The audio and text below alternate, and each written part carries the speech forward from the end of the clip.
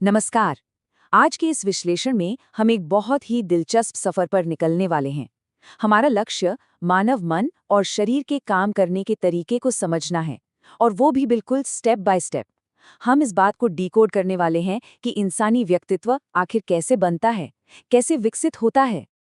आइए जल्दी से देख लेते हैं कि आज हम किन किन चीजों पर बात करने वाले हैं। सबसे पहले व्यक्तित्व का स्वरूप, फिर इसे कैसे मापा जाता है यानी इसका मूल्यांकन। उसके बाद व्यवहार का निर्माण, फिर बंडूरा का मशहूर मॉडलिंग सिद्धांत और अंत में योग और व्यक्तित्व का गहरा कनेक्शन। तो शुरुआत करते हैं हमारे पहले हिस्से से, जहां हम बात करेंगे व्यक्तित्व के स्वरूप और इसके जैविक कारणों के बारे में। ये वाला हिस्सा असल में बहुत ही शानदार तरीके से दिखाता है कि कैसे हमारे शरीर के अंदर एक जैविक प्रक्रिया एक के बाद एक कदम बढ़ाते हुए हमारे स्वभाव को तय करती है। देखिए, होता क्या है कि गुर्दे के पास हमारी एड्रेनल ग्रंथियां होती हैं। सबसे पहले ये ग्रंथियां एड्रेनलिन नाम का हार्मोन छोड़ती हैं। फिर दूसरा कदम, ये हार्मोन सीधे हमारे खून में मिल जाता है, जिससे ब्लड प्रेशर में बदलाव आता है। और अंत में यही ब्लड प्रेशर का बदलाव सीधे तौर पर हमारे स्वभाव और मूड को प्रभावित करता है ना कमाल की बात। सब कुछ एक तय क्रम में होता है। अब आगे बढ़ते हैं दूसरे हिस्से की तरफ, यानी व्यक्तित्व का मूल्यांकन। आखिर मन के इन छिपे हुए गुणों को नापा कैसे जाए? मनोविज्ञान में इसके लिए एक बहुत ही दिलचस्प तरीका है, जिसे TAT या थीमेटिक एपर्सेप्शन टेस्ट कहते हैं। इसमें इंसान के अंदर छिपी बातों को बाहर लाने का एक सख्त अनुक्रम होता है। पहला कदम, इंसान को एक तस्वीर दिखाई जाती है। दूसरा कदम, उसे उस तस्वीर को पूरे 2 मिनट तक बहुत ध्यान से देखना होता है। और तीसरा कदम, उस तस्वीर में जो किरदार हैं उनके अतीत, वर्तमान और भविष्य को जोड़कर एक पूरी कहानी लिखनी होती है। ये स्टेप बाय स्टेप तरीका मन के उन हिस्सों को भी खोल देता है जिनके बारे में शायद हमें खुद भी पता नहीं होता। इसके अलावा बिना किसी भारी भरकम मशीन के व्यक्तित्व को मापने का एक और बहुत ही सुलझा हुआ तरीका है रेटिंग स्केल। ये पूरी तरह से एक क्रमबद्ध प्रक्रिया है। पहले स्टेप में जो लोग जज कर रहे होते हैं वो अलग अलग नामों को उत्तम, मध्यम और खराब, इन 3 श्रेणियों में बांट देते हैं। दूसरे स्टेप में हर श्रेणी के अंदर लोगों को एक एक करके नंबरों के हिसाब से रैंक दी जाती है, और फिर फाइनल स्टेप में ऊपर से नीचे तक की एक पूरी लिस्ट तैयार हो जाती है। ये किसी भी इंसान को समझने का एक बहुत ही सुव्यवस्थित और क्रमिक तरीका है। चलिए, अब तीसरे खंड पर आते हैं, व्यवहार का निर्माण।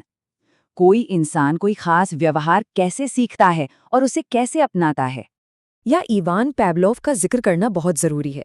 दिलचस्प बातें हैं कि पैवलोव को नोबेल पुरस्कार असल में पाचन तंत्र के लिए मिला था, लेकिन उनकी ये कंडीशनिंग की थ्योरी मनोविज्ञान में अमर हो गई। इसे स्टेप्स में समझिए।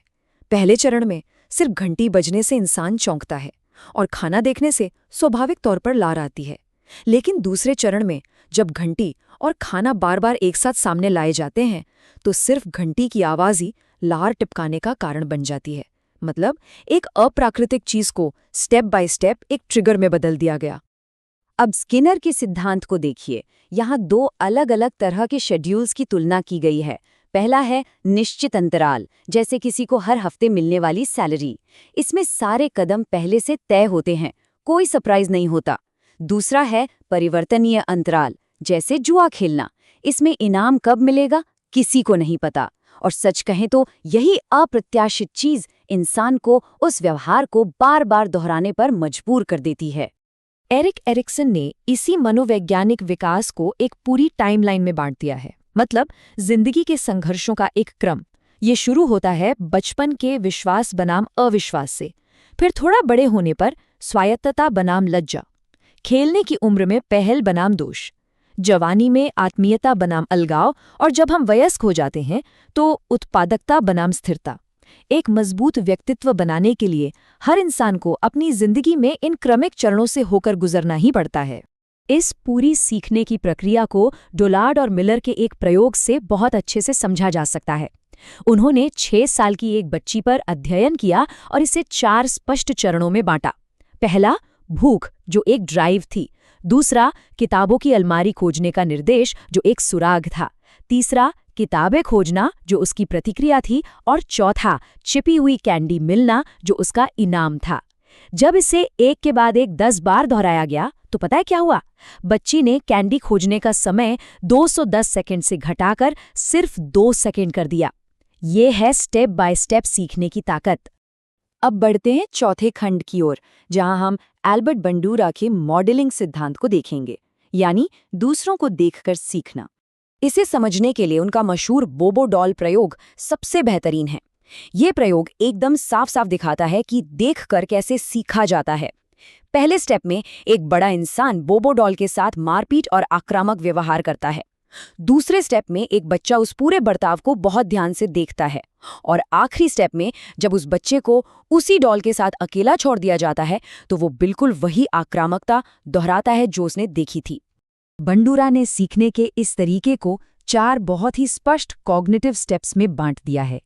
पहला है अवधान, यानी जो सामने हो रहा है उस पर पूरा ध्यान लगाना। दूसरा है धारणा, उस व्यवहार को अपने दिमाग में बैठा लेना। तीसरा है पुनरुत्पादन, याद की गई उस बात को हकीकत में करके दिखाना। और चौथा है प्रेरणा, यानी उस काम को करने के लिए अंदर से कोई वजह या इच्छा होना। तो अब तक हमने पश्चिमी सिद्धांतों और मनोविज्ञान को काफी करीब से देखा, लेकिन यहाँ एक बहुत ही गहरा सवाल उठता है। क्या हमारी शारीरिक मुद्राएं या पोस्चर हमारे अंदर के मनोविज्ञान को बदल सकते हैं? चलिए इस सवाल के साथ पश्चिमी विचारों से आगे बढ़कर पूर्वी शारीरिक प्रथाओं की तरफ चलते हैं। हमारा 5वां और आखिरी खंड, योग और व्यक्तित्व। यहाँ हम बात करेंगे शारीरिक और मानसिक संतुलन की। उपनिषदों में हमारे वजूद को बहुत ही क्रमबद्ध तरीके से समझाया गया है। इसमें कोशों का जिक्र है। ये 5 क्रमिक परतें हैं जो हमारी मुख्य चेतना यानी पुरुष को घेरे रहती हैं। ये सबसे बाहरी यानी भौतिक शरीर से शुरू होकर एक एक कदम अंदर की तरफ गहराई में जाती हैं, सीधा हमारी चेतना के मूल तक। आइए अब देखते हैं कि ये सब शारीरिक स्तर पर हकीकत में कैसे काम करता है। भुजंगासन, जिसे कोबरा पोज भी कहते हैं, इसका एक बहुत ही शानदार उदाहरण है। इस आसन को करने के चरण बहुत ही सटीक और क्रमबद्ध हैं। स्टेप 1, पेट के बल जमीन पर लेट जाइए और माथा फर्श पर रखिए। स्टेप 2, अपने दोनों हाथों को कंधों के पास ले आइए। स्टेप 3, सांस लेते हुए धीरे धीरे अपना सिर, गर्दन और कंधों को उठाइए। स्टेप 4, अब अपने धड़ को नाभि तक ऊपर उठाइए। और स्टेप 5, इसी स्थिति में 5 से 10 सेकंड तक रुकिए। ये जो स्टेप बाय स्टेप शारीरिक अभ्यास है, ये सीधे तौर पर हमारी रीढ़ की हड्डी और पाचन तंत्र को जबरदस्त फायदा पहुंचाता है। बिल्कुल इसी तरह हलासन यानी प्लाव पोज की क्रमिक प्रक्रिया को देखिए।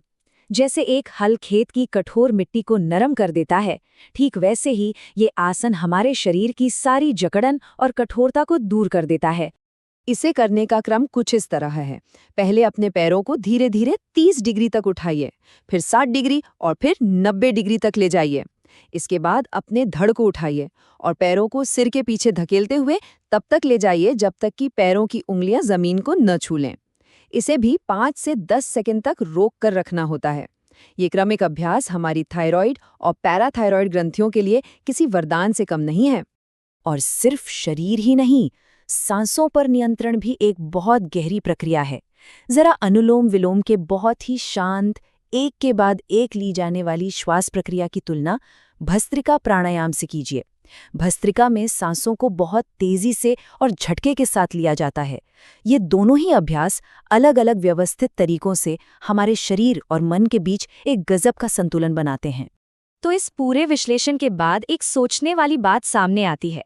अगर हमारा व्यक्तित्व सिर्फ कुछ जैविक प्रवृत्तियों, वातानुकूलित प्रतिक्रियाओं और सचेत प्रथाओं का एक स्टेप बाय स्टेप क्रम है, तो अगला कौन सा कदम होगा जिसे हम पूरी जागरूकता के साथ खुद बदलेंगे? इसी विचारोत्तेजक सवाल के साथ हम आज की ये चर्चा यहीं समाप्त करते हैं। सीखते रहिए और व्यक्तित्व निर्माण के इस क्रमिक सफर पर गौर करते रहिए।